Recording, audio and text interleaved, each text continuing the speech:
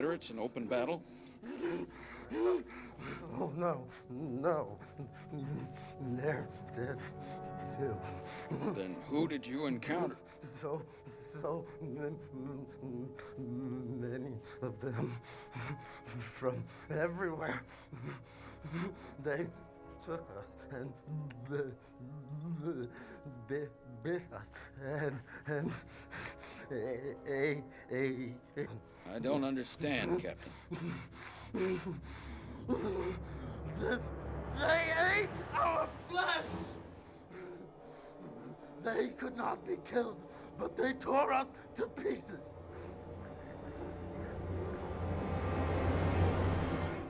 What could have done that to a man? What sort of a sickness? Or poison? Could the rebels have developed a weapon that robs men of their very souls? Turns them into demented cannibals? This is not the work of the Confederacy. And what are we facing? Mr. Secretary, has the new Secret Service enough men trained for a mission? Just barely. Good. Ready 12 men for a mission behind enemy lines. Sir? We must send a small team to Fort Pulaski to determine exactly what happened to Operation Big Shanty. We must discover how widespread this infection is. We must locate those missing men, and we must capture that fort if it is within the realm of possibility. I'm afraid I don't understand. If Eckert's affliction is what I think it is, it must be brought under control before it spreads, which it does very quickly.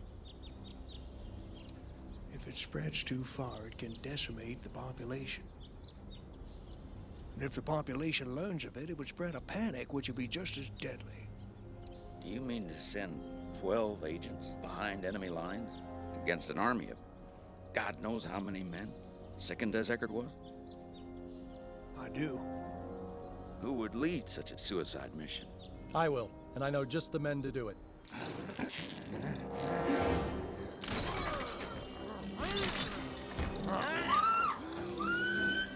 Stay here, Mr. President.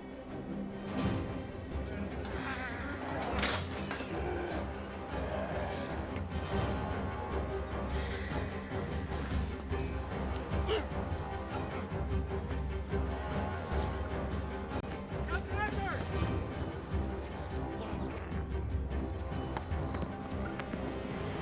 Captain Eckert, we desire only your recovery and well-being, sir.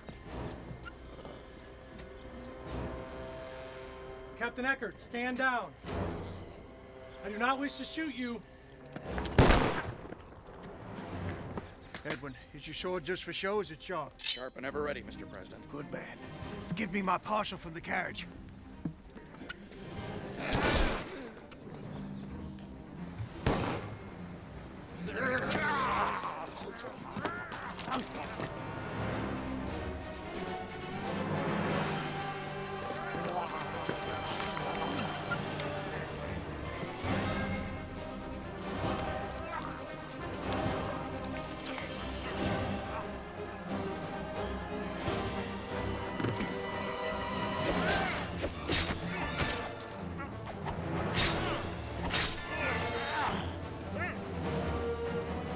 Mr. President!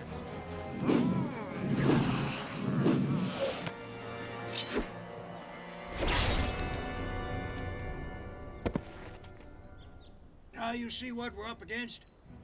Now, with Major McGill taken from us, No, you can't go. It's impossible. You said yourself it was a suicide mission. How can I ask another man to go in my place? You're needed here, leading the war effort. The fate of the nation hangs in the balance. You believe me, Edwin, the fate of the nation hangs on the success of this mission. What will be the point of preserving a union populated only by people like Eckert? Yes, Look, I possess unique knowledge of the affliction which took Eckert. I am uniquely suited to lead the mission. but what you're saying stands against all reason. Imagine 100 men like Eckert. Now imagine 1,000, women and children too, all the same. Doesn't that stand against reason? You'll spread a story about where I am and what I'm doing. No one is to know that I've left the capital, not even Mary Todd. Yes, sir. All right. We need to leave as soon as possible.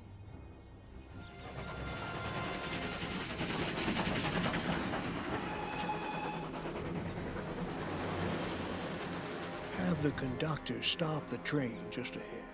It's as far as we can travel by train. Our men will have disabled the tracks on further ahead. From here, we're on foot. Let's stop here for a briefing. Gentlemen, I presume you all know of the Anaconda Plan, our blockade of the South to deny our access to ships and trade. Thanks to General Grant's victories in Tennessee, we have near control of the Mississippi River. We've been effectively starving the Confederacy of needed arms and supplies. However, the blockade must expand if victory is to be ensured with minimum destruction and loss of life. Now, Fort Pulaski lies on a key trading point along the Savannah River on the Georgia coast. It's an area of tremendous tactical importance. And Operation Big Shanty was a covert mission to infiltrate and capture that fort without the need of a large force. However, the mission was a failure at best. Quite possibly it was a disaster. So it's a search and rescue mission that we're on, then, Mr. President? Something like that. Truthfully, gentlemen, I hold out little hope of recovering our lost troops, but I aim to learn exactly what fate befell them and to complete their mission, God willing, because their aim was a crucial one. Fort Pulaski must be captured. To our fallen comrades! And to the success of our mission.